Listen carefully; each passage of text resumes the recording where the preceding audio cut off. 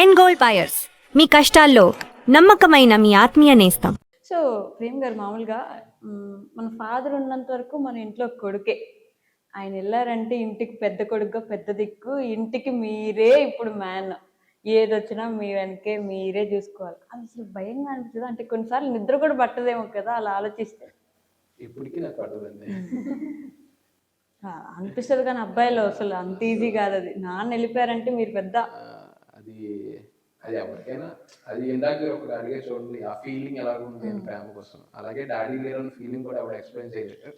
Nothing. అది ఏదొచ్చినా తీర్చలేదు. అది నువ్వు నన్ను అడిగితే ఆ లవ్ అనే ఫీలింగ్ కూడా నేను ఎక్స్ప్లెయిన్ చేసేస్తాను, కానీ ఏదో ఒకటి చూపించి డాడీ లేరు డాడీ ఆ ఫీలింగ్ అనేది ఎక్స్ప్లెయిన్ చేయలేదు. అదంతే. అదంటే నో వర్డ్స్. చెప్పలేము.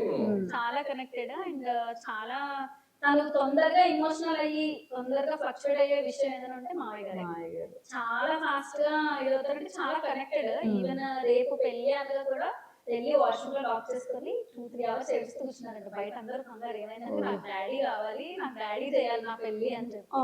అంత ఎమోషనల్ అనమాట. అబ్బాయిలు బేసిక్ గా అంత కనెక్టెడ్ ఉండరు నాన్నలకి, కనపడరు. ఆడికి కొద్దిగా ఫీలింగ్. చాలా కనెక్టెడ్. ఓకే. ఇప్పుడు మా మరిది చిన్న తను చాలా కనెక్టెడ్. అంటే డాడీ విషయం తను వీళ్ళిద్దరికి ఒకటి డాడీ అంటే తిను చాలా తొందరగా ఎమోషన్స్ బయట పెట్టేస్తారు, తను పెట్టడు. ఏదున్నా చాలా త్వరగా వీళ్ళు తిను అత్తమ్మ ఎమోషనల్ అయిపోతారు. మావయ్య టాపిక్ రావడం అవసరం. ఏదైనా చిన్న విషయంలో ఏదైనా మావయ్య గారు ఉంటే భలే ఉండమ్మా అని అనుకుంటే వెంటనే ఇద్దరు ఏడ్చేస్తారు, కానీ తను అసలు బయటకి కనిపించదు. ఇద్దరు చాలా కనెక్టెడ్. నేను అదే అబ్జర్వ్ చేశాను.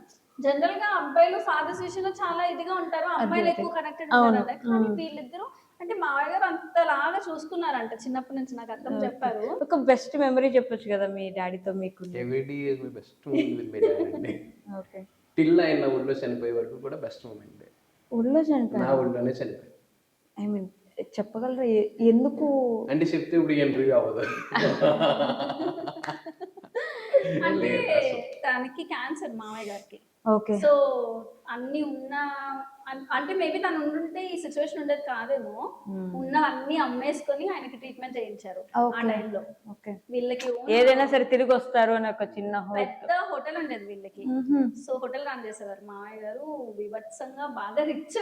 ఇప్పుడు ఏదైతే యూట్యూబ్ కమెంట్స్ లో అంటున్నారో మీరు రిచ్ కదా, ఆ టైప్ ఆఫ్ రిచ్ నిజంగానే. ఓకే. బట్ వన్స్ మావయ్య గారు బాగా ఇదైన తర్వాత తనకి ట్రీట్మెంట్ చేయించడం కోసం అన్ని వదిలేసుకున్నారంట. ఇప్పటికీ చెప్తారు అత్తమ్మ. హోటల్ దగ్గర నుంచి ప్రతిదీ, హోటల్లో గిన్నెలు కూడా అమ్మేసాము ఇంజెక్షన్స్ కి. అంతలాగా అంత ఇదయ్యి 4-5 kilometers నడిచి వెళ్ళి 3,000 కోసం జాబ్స్ చేసేవారు. మాకు హోటల్ ఉండేటప్పుడు మా దగ్గర జస్ట్ అంటే వాషింగ్ వచ్చేవారు కదా లేడీస్, పెర్ డే 1,000 ఇచ్చేవాళ్ళు.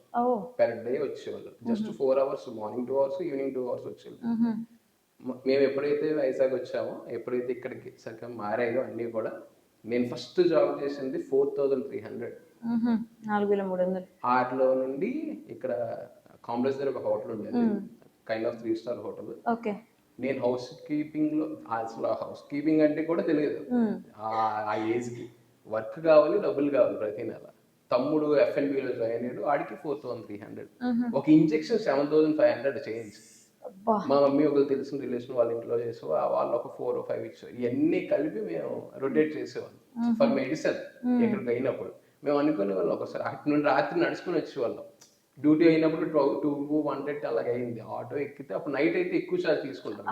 మార్నింగ్ అయితే అప్పట్లో 6-7 రూపీస్ అలాగ ఉండేది ఆటో నుండి, లేకపోతే కాంప్లెక్స్ కి. ఆ 10 రూపీస్ 20 రూపీస్ కూడా మిగులుతాయని అక్కడ కాంప్లెక్స్ నుండి ఆటలో నడుచుకుని వెళ్ళిపోయేవాళ్ళం. అంటే అలాంటి ఫేసులు కూడా చూస్తాం. సో అవన్నీ ఎలాగ ఉంటాయంటే, అప్పుడు ఇంకొద్దిగా బాగుండుంటే ఇంకొన్ని రోజులు ఉండేవారేమో daddy.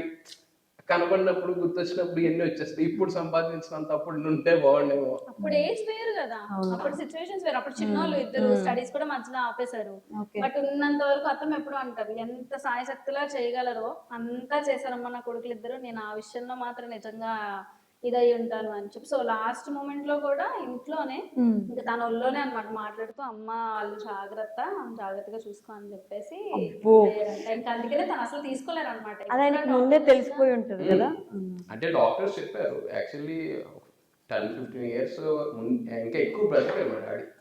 15 years Mahatma Gandhi cancer hospital అయింది ఆపరేషన్. ఈ ఆపరేషన్ చేయించుకున్న 1 year 1.5 year బతుకుతారు అంతే అని వాళ్ళు అడ్వైస్ ఇచ్చారు. ఇప్పుడు చచ్చిపోతావు నీకు ముందే తెలిసినప్పుడు నీ అతని మైండ్ సెట్ ఎలా ఉంటది, మా డాడీ చచ్చిపోతాడని మాకు తెలుసు, మా మైండ్ సెట్ మాకు ఎలా ఉంటది. అది ఏమైంది బై గాడ్స్ గిఫ్ట్ అట్లాగా ఆయనకు ఒక వరల్డ్ వల్ల ఒక 13-14 years బతుకుతావని ఎవరు మా ఫాస్ట్ గా చెప్పడం. లిటరల్లీ ఆయన 14 years ఎగ్జాక్ట్ గా ఉన్నారు. Exact 14 years after surgery. 1.5 year అనుకున్నది 14 years ఎక్స్పాండ్ అయింది. అలాగే ఉంది. 14 years అయ్యేటప్పటికి ఇంకా సరిగ్గా తనకి తెలిసిపోయింది మనిషి చచ్చిపోతాడు వాళ్ళందరికీ తెలుసండి. నువ్వు నీకు డెడ్ లైన్ ఇచ్చి నువ్వు ఇప్పుడు చచ్చిపోతావు అని చెప్పినప్పుడు అతను ఎలా ఫేస్ చేసి ఉంటాడు, మనం ఎలా ఫేస్ చేసి ఉంటాం. చాలా వాళ్ళందుకనే ఉన్నట్టుండి పోవడం వేరు, మనకి పోతారని తెలిసి తెలియకుండా సడన్ గా అవుట్ ఆఫ్ ద బ్లూ ఇప్పుడు సడన్ గా వచ్చి నేను చనిపోయానంటే దానికి ఎవరు ఏం చేయలేము. బట్ నువ్వు రేపు చనిపోతావు జాగ్రత్త ఈ రోజు ఈ రోజు ఎక్కడ గడుపుతావు ఇంకా మేము చిన్నపిల్లలు, మా మమ్మీ ఎంత ఫేస్ చేసి ఉంటాం. అమ్మో నిజం, అలాంటి సిచ్యువేషన్స్ చాలా ఘోరం అండి బాబు, ఎవరికి రావద్దు కూడా. మీరు నమ్మరండి, అంటే చుట్టాలు అందరికీ ఉండొచ్చు కానీ సరైన ఉంచుకోవాలి అంతే, అది కన్ఫర్మ్. నేను చిన్నప్పుడు చూస్తున్నాను అనమాట. మా డాడీ నిన్న చనిపోయారు, రేపు అదే ఇన్ ద సెన్స్ 2 రోజుల తర్వాత ఒక యాక్సిడెంట్ అయింది మా తమ్ముడికి. నేను చేయలేను చుట్టం లేదు, నేను కాల్ చేయలేను చుట్టాలు లేదు. అప్పటి వరకు మా డాడీ ఉన్నంత వరకు డాడీ బాబాయ్ కదా ఇవన్నీ అన్నోళ్ళే. మా తమ్ముడికి యాక్సిడెంట్ అయింది, ఏం చేయాలో తెలియదు. మామూలుగా వెళ్ళి వెనకాల కార్ని డాష్ ఇచ్చాయి, వాళ్ళు పట్టేసుకున్నారు. వీడికి లైసెన్స్ లేదు, బండి లేదు, బండి డ్యామేజ్. నేను ఫోన్ చేయలేను, నా ఫోన్ లిస్ట్ లో లేని నంబర్ లేదు. అందరికి ఫోన్ చేశాను. సరిగ్గా ఉండాలి కదా, తెలంగాణ వెళ్ళాలి కదా, అదేదో సన్నాసత్తులు డైలాగ్ ఉంటుంది, అన్ని బాగున్నప్పుడు చెప్పి లేనప్పుడు చెప్పకూడదు. యాక్సిడెంట్ అయ్యింది ఏదో ఒకటి, ఎవడో ఒకటి రావాలి కదా, అది వచ్చాక తర్వాత ఇంట్లో కూర్చోబెట్టి ఏదో తర్వాత చేసుకో.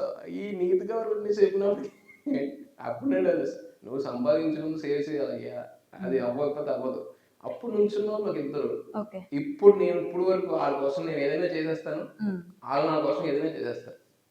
అది మన కష్టాల్లో ఉన్నప్పుడు మన చెయ్యి ఎవరైతే వదలరు వాళ్ళే గ్రేట్. వాళ్ళనే ఇప్పటి వరకు నాకు ఫస్ట్ పెళ్ళైన స్టార్టింగ్ లో కూడా వాళ్ళనే చూపించారు. వీళ్ళు నా ఫ్యామిలీ అత్తమ్మ తర్వాత నేను ఎవరికైనా, అమ్మ తర్వాత ఎవరికైనా ఇస్తాను అంటే ఇంపార్టెన్స్ వీళ్ళే. నేను ఎలా చూసుకుంటావో వీళ్ళనే అంతే అని. కానీ వాళ్ళు కూడా ఎంత బాండింగ్ ఉంటుందంటే వాళ్ళ దగ్గర, ఇంకా సొంత దగ్గరికి వెళ్తే కూడా అంత ఇది చూపించరు వాళ్ళు, అంతలా ఉంటారు. నేను ఎప్పుడు ఉన్నా సరే వెళ్ళే ఫోన్ కాల్స్ ఇద్దరికి వెళ్తాయి, అవసరమైనప్పుడు కూడా. పేరు కూడా చదువు రావట్లేదు, చైతన్య ప్రసన్న ఇద్దరు. అంటే ఏదో సహాయం చేసేదని కాదు, నీ లోలో ఉన్నప్పుడు ఎవరి నుంచి ఎగ్జాక్ట్లీ అసలు మాట సహాయమైనా సరే లిటరల్లీ ఆ రోజు ఏదో సంథింగ్ కట్టామండి కార్కి, డబ్బులు ఎక్కడ నుండి తెస్తాం, ఎక్కడైనా కడతాం, వెనకాల వచ్చి నుంచోవాలి కదా. అదే కదా, అది ఉంటే చాలు. నాకు బోల్డ్ మంది చుట్టాలు ఉన్నారు, బోల్డ్ మంది ఫ్రెండ్స్ ఉన్నారు. నీ లోలో ఎవడున్నాడు? నా హైస్ లో ఇప్పుడు కారు కొన్నాను, బండి కొన్నాను, ఎవడైనా రావచ్చు, ఎవరైనా అందరూ చుట్టాలు, అత్త బాబాయ్ అందరూ. నా లోలో ఎవడున్నాడు? అంతేగా, ఆ ఇద్దరే ఉంటారు మైండ్ లో కూడా. ఇప్పుడు ఇప్పటికీ ఏదైనా అంటే ఏదైనా ఇంపార్టెంట్ చెప్పాలి అంటే వాళ్ళకే. నేనైనా అంతే, నా అలవాటైనా అంతే. ఏదైనా చెయ్యాలి అని అంటే వాళ్ళకి చెప్పారా, అన్నాళ్ళకి చేశారా, లేకపోతే అమ్మాళ్ళకి చేశారా, వాళ్ళ కోసం అడుగుతాను నేను కూడా.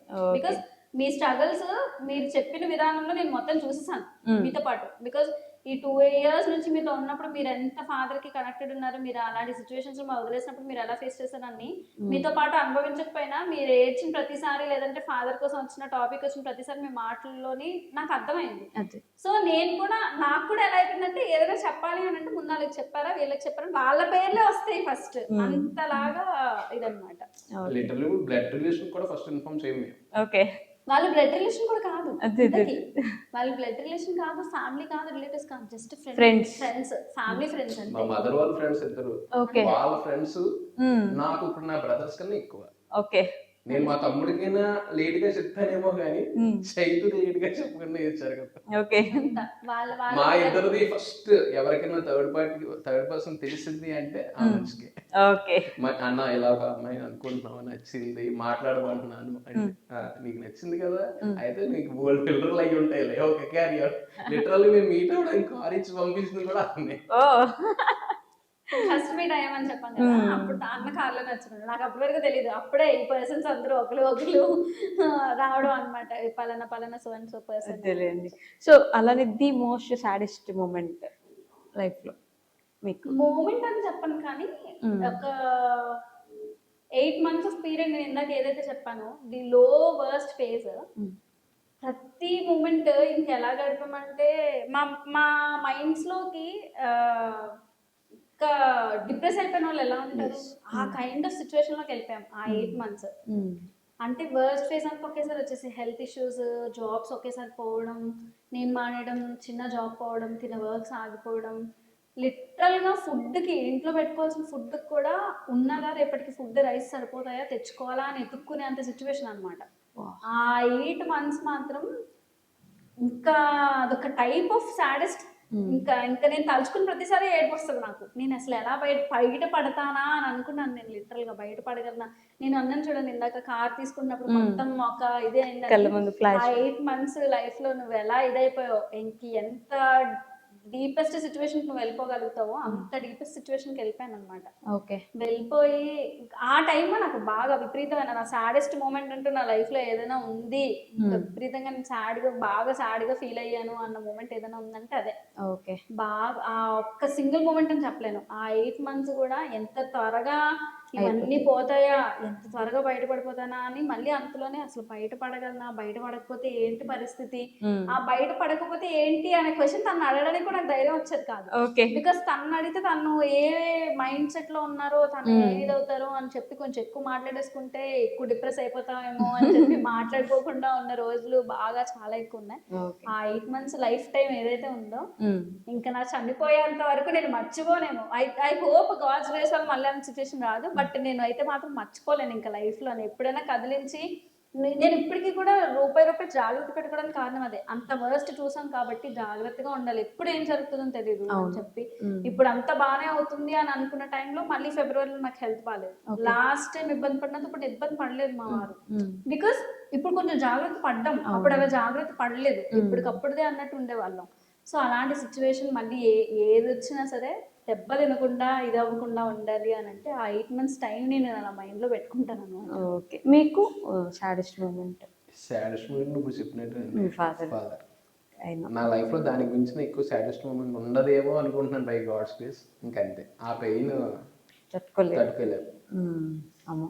దట్టు చిన్న కొడుకుకి ఎలా ఉంటుందో తెలియదు, ఎందుకు ఉండదు, బాధ ఉంటుంది. కానీ పెద్ద కొడుకు వచ్చినప్పుడు ఒక పక్కన అమ్మ, ఒక పక్కన తమ్ముడు, ఒక పక్కన నన్ను, ఇవన్నీ కాక ఏమవుతుందంటే భుజం మీద ఒక తెలియని బరువు పడుతుంది. అదే ఎగ్జాక్ట్లీ. అప్పుడు వరకు ఎంత రెక్లెస్, ఎంత పొగరు, ఎంత ఉన్నాడు అవడాకేస్తాడు అని లిటరల్ చెప్పాలంటే అన్న కొడుకే. నేను నా బండి మీద వెనకాల రాసి ఉండదు మా బాబుగడ రోడ్ అని పెడతారు కదా, అంత ర్యాష్ గా తోను. ఎప్పుడైతే వన్స్ డాడీ చనిపోయారో 100 వెళ్ళే బండి 60. ఈ మేడం గారు వచ్చిన తర్వాత 80-50 వెళ్ళే బళ్ళు కూడా నీకు ఇంటి, మా మమ్మీ చెప్పారు ఇప్పుడు వరకు ఎలా తిరిగో తెలియదు, ఇప్పుడు ఇంటి దగ్గర రావడం నీ కోసం ఒకరు వెయిట్ చేసే వాళ్ళు ఉంటారు. ఇంతవరకు వెయిట్ చేస్తున్న వాళ్ళ కోసం నువ్వు వెళ్ళేవాడు, ఇప్పుడు నీ కోసం వెయిట్ చేసేవాళ్ళు ఉన్నారు. ఇంకా తగ్గించాలి.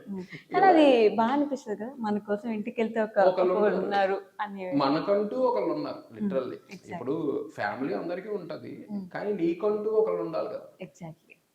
తమ్ముడు నాకున్నాడు, కానీ నీకంటూ పర్సన్ ఉండాలి కదా. అది మీకు ఆయనైనా ఆయనకు మీరైనా అంతే కదా, వెనకెళ్తే పర్సన్ ఉంటారు, ఉండాలి. అంటే చాలా మంది ఈ మ్యారేజెస్ కోసం ఆ ఫీల్ ఉంటుంది, మిస్లీడింగ్ ఫీల్. చాలా మంది అంటారు ఎందుకు చేసుకున్నారు, ప్రశాంతంగా ఉంటాం పెళ్లి లేకపోతే. మేము పెళ్లి అయిన తర్వాత ది వర్స్ట్ ఫేజ్ కూడా చూసాం. బట్ ఆ వర్స్ట్ ఫేజ్ లో కూడా ఎప్పుడు పెళ్లి చేసుకోవద్దని ఎవరికి చెప్పలేదు మేము.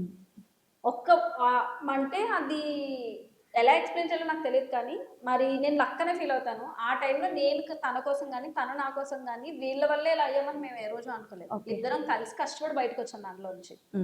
సో ఇప్పుడు మా తమ్ముడు కానీ వీళ్ళ తమ్ముడు కానీ, మా తమ్ముడైతే ఇంకా ఎక్కువ అంటాడు, ఎందుకు వచ్చింది బాబు నువ్వు పడ్డావు, మా అక్కని చేసుకున్నావు, నన్ను చేసుకోమని నాకొద్దు అని అంటే ఒక్కటే చెప్తారు, మనకంటూ ఒక పర్సన్ లేకపోతే ఆ లైఫ్ ఎప్పుడు ఇన్కంప్లీట్ గానే ఉంటుందిరా. ఆ పెళ్లి బాగుంటది బాగోదని చెప్పలే, ఏ స్టేజ్ లో ఉంటే ముచ్చట్లు ఆ స్టేజ్ లో అవ్వాలి అని పెద్దలు అన్నట్టు ఎప్పుడు చేసుకోవాల్సింది అప్పుడు చేసుకోవాలి.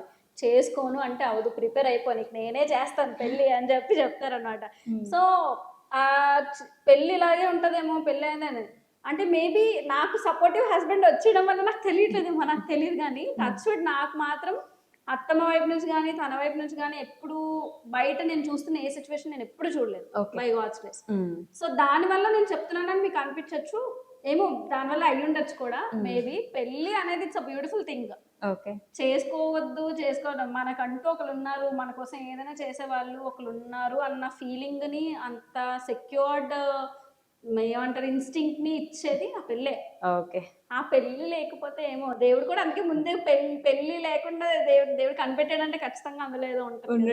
అంటే ఇప్పుడున్న సిచ్యువేషన్స్ కి, ఇప్పుడున్న జనరేషన్స్ కి ఎమోషన్స్ ఫీలింగ్స్ కి బేస్డ్ అపాన్ ఎవరి సిచ్యువేషన్స్ బట్టి వాళ్ళు రకరకాల ఇంప్లికేషన్స్ దానికి తెచ్చేసారు. కానీ but it's a beautiful thing. Okay. Experience చేస్తేనే ఎవరికైనా తెలుస్తుంది. మేము ది వర్స్ట్ ఫేస్ చేసాము, ది The బెస్ట్ best. కూడా ఫేస్ చేసాము. Okay. సో రెండిట్లోని ఎప్పుడు వర్స్ట్ ఫేస్ చేసినప్పుడు కూడా పెళ్ళి వద్దు మీరేమని అనుకున్నారా? లేదండి, అంటే ఇప్పుడు మాక్సిమం గొడవలన్నీ పెళ్లి వద్దు అంటారు కానీ రెండు థింగ్స్ అంటే నేను అనుకుంది